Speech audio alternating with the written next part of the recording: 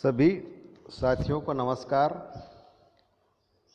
मैं doctor S Tagore, सहायक प्राध्यापक वाणिज्य, शासकीय महाविद्यालय धर्मपुरी, जिला धार, आज बीकॉम तृतीय वर्ष के अकाउंट ग्रुप के एक पेपर जिसका नाम है आयकर विधि एवं व्यवहार, income tax law and practice, इसके संबंध में हम पढ़ने वाले हैं। आज मैंने इस विषय पर पहला वीडियो बनाने का प्रयास किया है। आप सब लोगों को संक्षिप्त में समझाने का प्रयास करूंगा। अगर कोई चीज़ समझ में नहीं आती है या कुछ कंफ्यूजन है तो आप मुझे कमेंट के माध्यम से बताने का प्रयास करें। सबसे पहले हम इस सब्जेक्ट की जो सिलेबस है, जो पाठ्यक्रम है, उस पर संक्षिप्त में चर्चा कर लें। जैसा कि आप सभी जानते हैं, पाठ्यक्रम हमेशा 5 इकाइयों में बंटा हुआ होता है। पहली इकाई इनकम टैक्स में है भारतीय आयकर अधिनियम 1961 का सामान्य परिचय, मूल अवधारणाएं, जिसमें कृषि आय, आकस्मिक आय, गत वर्ष, कर निर्धारण वर्ष, सकल कुल आय, व्यक्ति करदाता, निवास स्थान एवं कर दायित्व, कर मुक्त आय, इतनी चीज़ें ये पहली इकाई में रहेगी। पहली इकाई में बहुत ज़्यादा नहीं है, केवल आयकर का जो सामान्य परिचय वही दिया गया है और जो मुख्य शब्द है उन शब्दों की परिभाषाओं को अच्छे से समझाया गया है। आयकर को समझने के लिए हमको इन सभी शब्दों को, इसके परिचय को अच्छे से समझना आवश्यक है। बीकॉम के जितने भी स्टूडेंट हैं उनको इनकम टैक्स की अच्छी खासी जानकारी होना ज़रूरी है और इसके लिए इस सब को भी पढ़ना आवश्यक है। मैं इस वीडियो में बहुत सी चीज़ों को संक्षिप्त लेकिन अच्छे से समझाने का प्रयास करूंगा। तो ये हो गई पहली इकाई की बात। अब आते हैं हम दूसरी इकाई पर। दूसरी इकाई पर बात करने से पहले मैं आप लोगों को एक और चीज़ बता दूं।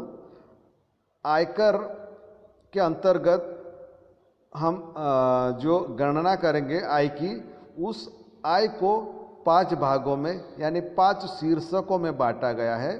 5 शीर्षकों के अंतर्गत आय की गणना की जाती है।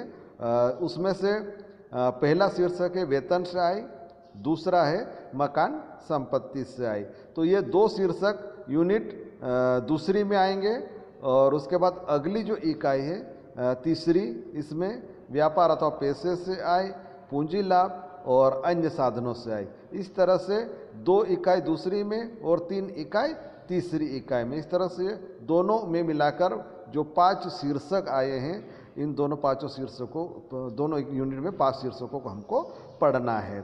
अगला चौथी इकाई में हानियों की पूर्ति एवं उसे आगे ले जाना, सकल कुल आय में से की जाने वाली कटौतियाँ, आय का मिलान, व्यष्टि की कुल आय एवं कर दायित्व की गणना।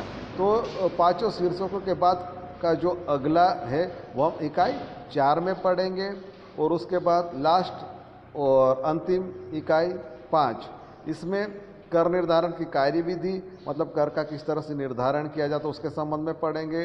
उद्गम स्थान पर कर की कटौती, जहाँ पर आय कमाई जाती है वहाँ पर किस तरह से टैक्स कटता है उसके बारे में पढ़ेंगे।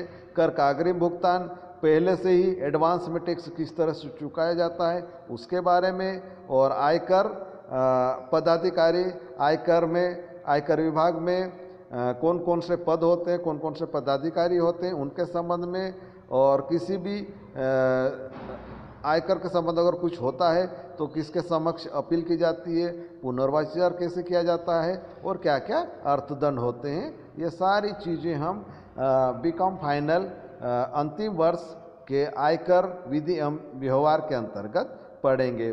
बहुत ज़्यादा नहीं है, इसको अगर हम अच्छे से पढ़ें तो बहुत ही अच्छा सब्जेक्ट है, बहुत ही अच्छे से हम इसको पढ़ सकते हैं, बहुत ही अच्छे से इसको कवर कर सकते हैं और मैं तो कहता हूँ जो कॉमर्स के बच्चे हैं उनको कम से कम इनकम टैक्स में इतनी जानकारी तो होना ही चाहिए कि अगर कोई भी सामान्य व्यक्ति कोई सवाल करता है तो उसका जवाब हम दे सकें। यह केवल हमारे बीकॉम फाइनल के लिए पास होने के लिए ही ज़रूरी नहीं, उसके अलावा हमारा जो दैनिक जीवन है उसमें भी जो आयकर है हमारे लिए बहुत ही उपयोगी है।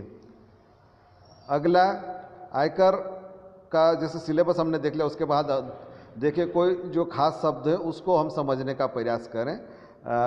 सबसे पहला हम देखिए इसके सामान्य परिचय के बारे में। तो आयकर, आयकर जैसा कि इसके नाम से स्पष्ट हो रहा है, आय पर लगने वाला कर। यहाँ दो चीज़ें हैं, एक तो आय, दूसरा कर। कर तो हम समझते ही हैं, कर वह टैक्स या वह शुल्क होता है जो सरकार के द्वारा लगाया जाता है। और आय, आय क्या होती है उसको हम ये जो पास शीर्षक दिए हैं उसके अंतर्गत पढ़ने का प्रयास करेंगे। दूसरा करदाता, करदाता से मतलब वह व्यक्ति जिसको टैक्स चुकाना होता है या जो टैक्स चुकाता है, चाहे वह व्यक्ति हो, चाहे हिंदू अविभाजित परिवार हो, चाहे फर्म हो, कंपनी हो, व्यक्तियों का समुदाय हो या ट्रस्ट हो, ये सारे के सारे जो टैक्स, जो भी टैक्स चुकाएगा वो करदाता के अंतर्गत माना जाएगा। अगला वैसे तो बहुत सारी चीज़ें हैं लेकिन जो मुख्य मुख्य चीज़ें हैं उसको मैंने समझने का प्रयास किया है। भारत में सर्वप्रथम 1860 में सर जेम्स विल्सन द्वारा आयकर लगाया गया था। 1857 में जब क्रांति हुई थी उस दौरान अंग्रेज सरकार को भारी हानि उठाना पड़ी थी और उस हानि की भरपाई करने के लिए अंग्रेज सरकार ने एक दंडात्मक रूप से टैक्स लगाया गया था, जिसको ही आगे चलकर आयकर का नाम दिया गया और इसको लगाने वाले का नाम है सर जेम्स विल्सन। अब अगला जो पॉइंट देखो उसमें लिखा है, वर्तमान में आयकर अधिनियम 1961 संपूर्ण भारत जम्मू एवं कश्मीर सहित में 1 अप्रैल 1962 से लागू हुआ।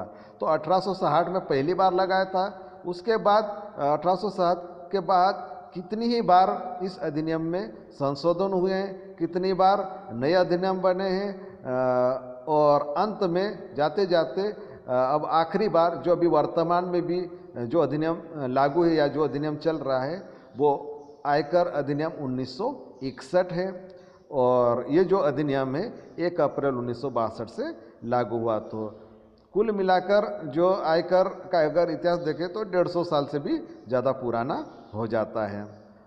एक और चीज़ है इसमें समझने वाली या याद रखने वाली, ये सिक्किम में 1490 से लागू हुआ था, बाकी राज्यों में या पूरे भारत देश में 1 अप्रैल 1962 से लागू हो गया था।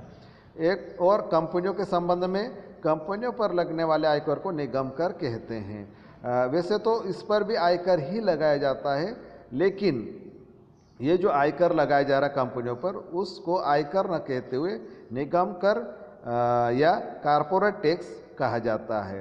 अब ये जो टैक्स की हम बात कर रहे हैं तो ये टैक्स कौन वसूल करता है, इसको किस तरह से वसूल किया जाता है, ये किसके अधीन काम करते हैं, तो ये भी सवाल उठता है। तो यहाँ पर हम देखें आयकर विभाग जो आयकर वसूल करते हैं, आयकर को वसूल करने का काम करते हैं, इसको पूरी तरह से जो भी इसके आयकर के अंतर्गत जो काम करते हैं, जो आयकर पदाधिकारी होते हैं, वो पूरे का पूरा आयकर विभाग के अंतर्गत आता है।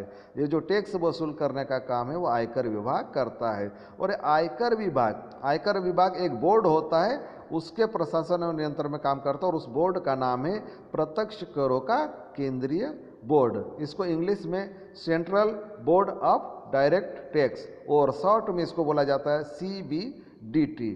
तो इसके प्रशासन में काम करता है और ये जो बोर्ड है वो केंद्र सरकार के वित्त मंत्रालय के अधीन काम करता है। ठीक है, तो ये सामान्य परिचय तो जो खास चीज़ें हैं उसमें, और जो आयकर है उसकी कुछ विशेषताएं हैं। उस विशेषताओं में पहला है केंद्रीय कर। आयकर एक केंद्रीय कर है, ये केंद्र के द्वारा वसूल किया जाता है और फिर बाद में राज्यों और केंद्र के मध्य बंटवारा कर लिया जाता है। अगला है प्रत्यक्ष कर। जैसा कि हम जानते हैं कर या टैक्स दो तरह के होते हैं, डायरेक्ट और इनडायरेक्ट। तो जो आयकर है वो डायरेक्ट टैक्स में आता है, प्रत्यक्ष कर में आता है। जो व्यक्ति आय कमाएगा वही इस पर टैक्स चुकाएगा, कोई दूसरा इस पर नहीं चुका सकता है, तो सीधे उसी व्यक्ति से वसूल किया जाता है। इस कारण से इसको डायरेक्ट टैक्स कहा जाता है। कर योग्य आय पर कर, ये जो आयकर है जितनी भी टोटल इनकम आ गई उस पर न लगाते हुए उसकी टैक्सेबल इनकम पर लगाया जाता है। पहले सकल कुल ज्ञात की जाती है, फिर उसमें से जो छूटे होती है वो घटाई जाती है, और छूटे घटाने के बाद जो बचता है उसको कर योग्य आय बोलते हैं, और उस पर ये टैक्स लगाया जाता है। कर मुक्त सीमा व्यक्तियों और हिंदू अविभाजित परिवार के लिए अभी वर्तमान में 2,50,000 रुपये तक कर मुक्त है। तो जो भी आय होगी उसमें से शुरू की 2,50,000 रुपये की आय घटाने के बाद बाकी जो बचा है उस पर आयकर की गणना की जाती है। तो कुल मिलाकर व्यक्तियों एवं हिंदू अविभाजित परिवार पर कर मुक्त सीमा लागू होती है। उसके बाद अगला प्रगतिशील कर की दरें। इसमें दरों को बढ़ते क्रम में रखा गया है। कम आय पर कम टैक्स की दर, ज़्यादा आय पर ज़्यादा टैक्स की दर। जैसे पहले 2.5 लाख तक 0 है, अगले 2.5 लाख तक 5% है, अगले 5 लाख तक 20, और अगर 10 लाख से ऊपर हो तो 30। इस तरह से बढ़ते क्रम में दरों को रखा गया है। अगला अधिभार। अब जो प्रगतिशील कर की दरें हमने बोली है 5, 20 और 30, इस दर के हिसाब से जो भी टैक्स बनता है उस पर अधिभार लगाया जाता है। अधिभार लगाने के लिए व्यक्तियों के संबंध में भी हम बात करें, कंपनी और अन्य जो है उसके लिए हम अलग से देखेंगे। तो व्यक्ति के लिए बात करें तो अगर व्यक्ति की कर योग्य आय 50 लाख से ऊपर किंतु 1 करोड़ तक हो तो उसको 10% अधिभार देना पड़ता है, और यदि 1 करोड़ से ऊपर हो तो 15%। और ये जो 10 या 15% किस पर निकाला जाता है? टैक्स पर निकाला जाता है, आय पर नहीं। उसी के साथ अगला देखें हम शिक्षा उपकर, एजुकेशन सेस जिसको बोलते हैं, यह वर्तमान में 4% की दर से वसूल किया जाता है, और ये इनकम टैक्स और अधिभार के योग पर निकाला जाता है। यदि अधिभार नहीं हो तो जो भी टैक्स रहेगा उसी के ऊपर निकाला जाता है। अगला आयकर का क्षेत्र। आयकर का क्षेत्र बहुत ही विस्तृत है, इसमें व्यक्ति भी आते हैं, और जितने भी मैंने व्यक्ति के संबंध ऊपर एक बार और पढ़ के दिखाया, व्यक्ति है, कंपनी है, फर्म है, व्यक्तियों का समुदाय है, हिंदू विभाजित परिवार है, ट्रस्ट है, ये सारे चीज़ें आयकर के अंतर्गत आते हैं, सारे क्षेत्र आयकर के अंतर्गत आता है। अगला धनी व्यक्तियों पर भार। जैसा कि हमने प्रगतिशील कर के दौरों में पढ़ा है, पहले 5% लगता, फिर 10, फिर 20, फिर 30, इस कारण से बढ़ते क्रम में। तो जिसको अधिक आय हुई उसको ज़्यादा टैक्स देना पड़ेगा, जिसको कम इनकम हुई उसको कम टैक्स देना पड़ेगा। आयकर का प्रशासन। आयकर का प्रशासन के बारे में हमने पहले ही पढ़ चुके हैं। आयकर का प्रशासन जो केंद्र सरकार है उसके अंतर्गत वित्त मंत्रालय काम करता है, और वित्त मंत्रालय के अंतर्गत central board of direct tax होता है, और उस बोर्ड के अंतर्गत एक विभाग होता है जिसको आयकर विभाग कहते हैं, और वो इसके अंतर्गत काम करता है। आयकर का बंटवारा। बंटवारा में जैसे कि हम जानते हैं कि ये सेंट्रल टैक्स है, पूरा की पूरा आयकर सेंट्रल के पास इकट्ठा होता है। तो जितना भी टैक्स इकट्ठा हो गया है उस टैक्स में इकट्ठा होने के बाद केंद्र और राज्यों के बीच में जो भी वित्त विभाग जैसा भी सिफारिश करे उस आधार पर इनका बंटवारा कर दिया जाता है। और एक और चीज़ यहाँ ध्यान देने वाली है, ये जो बंटवारा है केवल इनकम टैक्स का होगा। यहाँ पर 2 चीज़ें नहीं आएगी। कौन कौन सी? एक तो अधिभार, दूसरा शिक्षा उपकर। यहाँ 3 चीज़ें हो गई थी, इनकम टैक्स, अधिभार और शिक्षा उपकर, है ना। ऊपर वाला टैक्स, अधिभार और शिक्षा उपकर। तो अधिभार और जो शिक्षा उपकर है उसको उपयोग करने का अधिकार केवल केंद्र सरकार को होता है। ठीक है, महत्वपूर्ण परिभाषाएं। अब हम आय के संबंध में पढ़ लें, आय होती क्या है ना। तो आय, इसके अंतर्गत वे सभी प्राप्तियां एवं लाभ आय की श्रेणी में आते हैं जो इस अधिनियम में आय के रूप में माने गए हैं। इसे गणना की सुविधा के लिए 5 शीर्षकों में बांटा गया है। 5 शीर्षकों के अंतर्गत गणना करके हम इसकी आय निकालते हैं। जो शीर्षक का नाम वेतन से आय, दूसरा मकान संपत्ति से आय, तीसरा व्यापार अथवा पैसे से आय, चौथा पूंजी लाभ, और पांचवा अन्य साधनों से आय। ये 5 शीर्षक हैं। किसी व्यक्ति को 5 से आय हो सकती है, किसी को 1 से हो सकती है, किसी को 2 से हो सकती है। तो जिस शीर्षक की आय होगी उस शीर्षक के नियमों के अनुसार उस शीर्षक की आय ज्ञात की जाएगी। अगला आय के संबंध में महत्वपूर्ण बातें।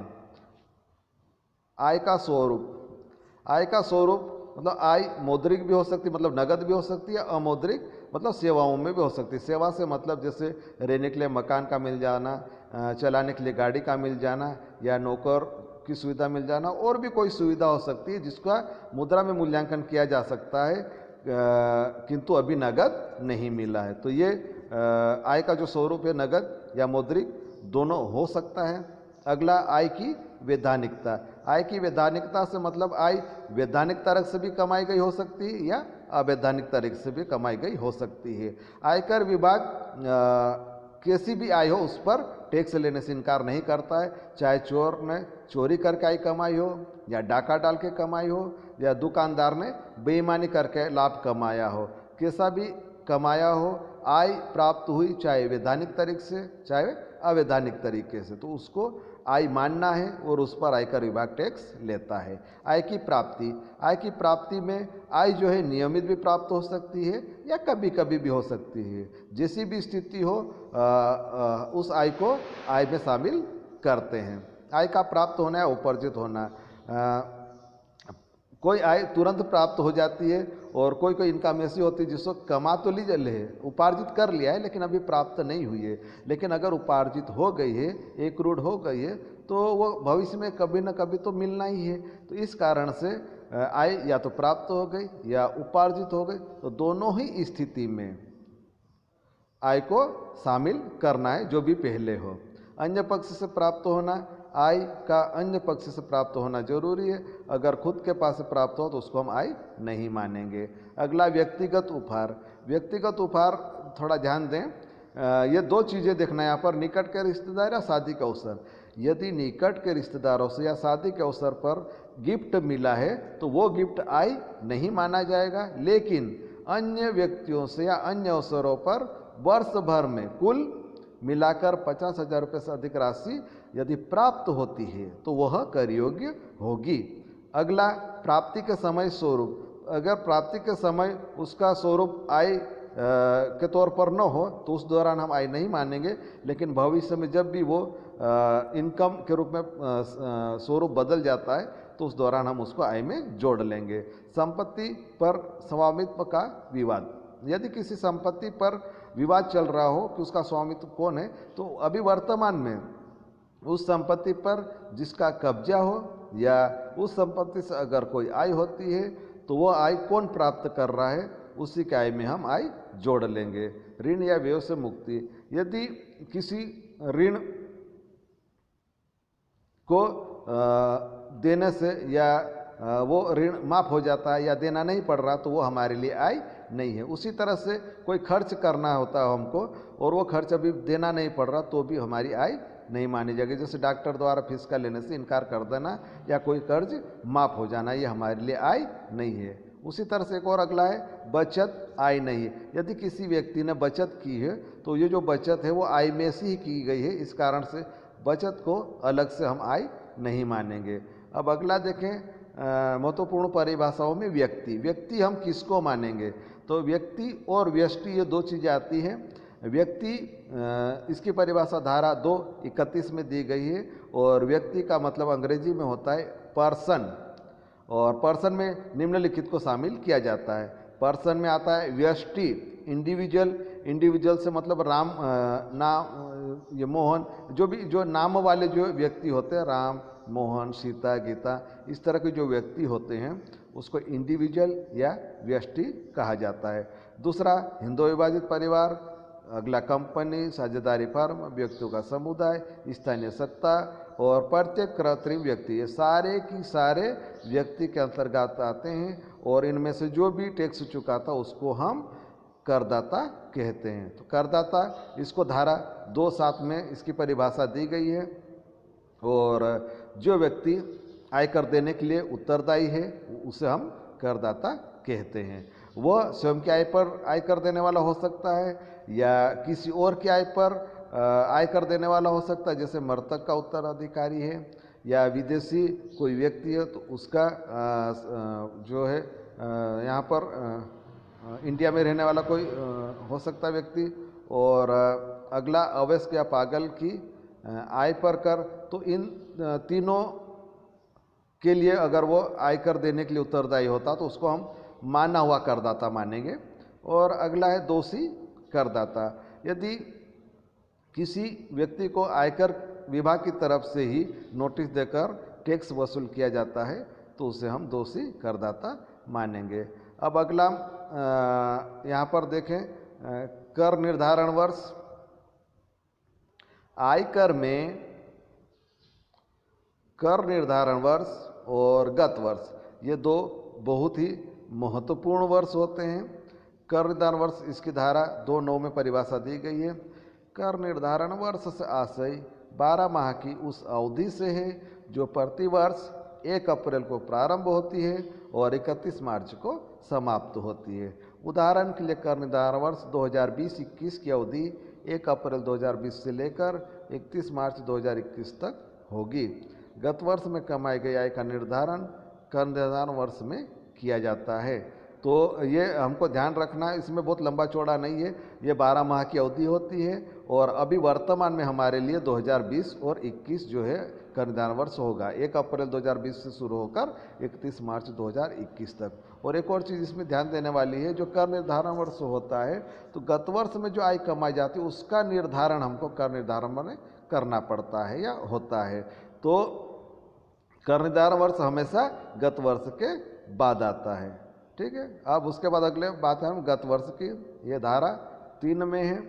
गत वर्ष से आशय ऐसे हिसाबी वर्ष से है जो कर निर्धारण वर्ष के ठीक पूर्व समाप्त हुआ हो।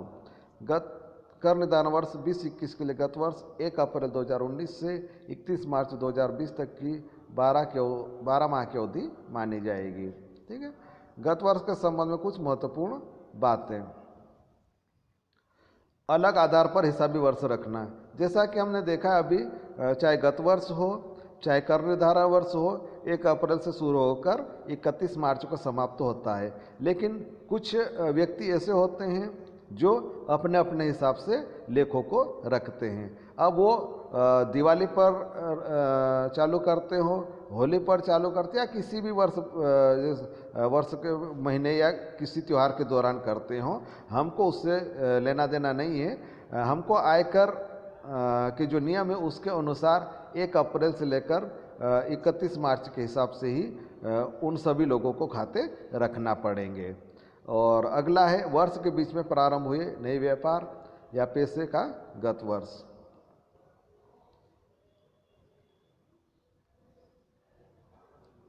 हाथ लग गया है कहीं? यदि जैसा हम देख चुके हैं कहाँ से शुरू हो रहा हमारा 1 अप्रैल 2019 से 31 मार्च 2020।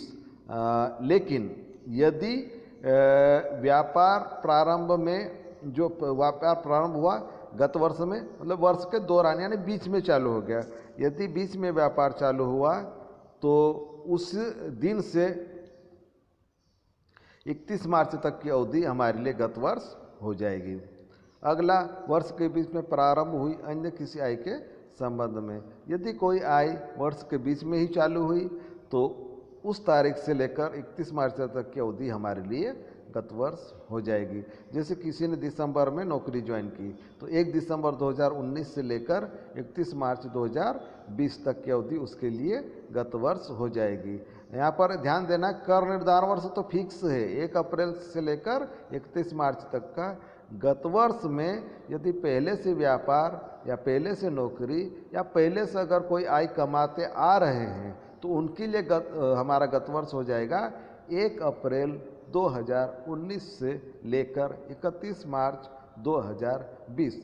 लेकिन यदि गत वर्ष में बीच में ही आय कमाना शुरू हुए, उससे पहले आय नहीं कमाते थे, चाहे वो व्यापार से हो, चाहे नौकरी से हो या चाहे कोई अन्य हो, लेकिन वर्ष के बीच में आय कमाना चालू हुए या आय प्राप्त होना चालू हुई, तो उस तारीख से लेकर 31 मार्च तक की जो अवधि है वो हमारे लिए गत वर्ष हो जाएगी। आगे अपवाद है 172 से लेकर 176 तक। अब यहाँ पर और आप देखें, अभी तक जैसे 2 वर्ष आए हैं, इन दोनों वर्षों का क्या मतलब होता है। जो गत वर्ष होता है उसको प्रीवियस ईयर या फाइनेंशियल ईयर या हिसाबी वर्ष कहते हैं। मतलब इस दौरान आय कमाई जाती है और गत वर्ष के दौरान जितनी भी आय कमाई है उसका हम आय का निर्धारण या टैक्स का निर्धारण करते हैं कर निर्धारण वर्ष में। तो जो अब इस बार हम पढ़ रहे हैं उसमें 2019-20 के दौरान जो आय कमाई गई है उसका निर्धारण हम करेंगे 2020-21।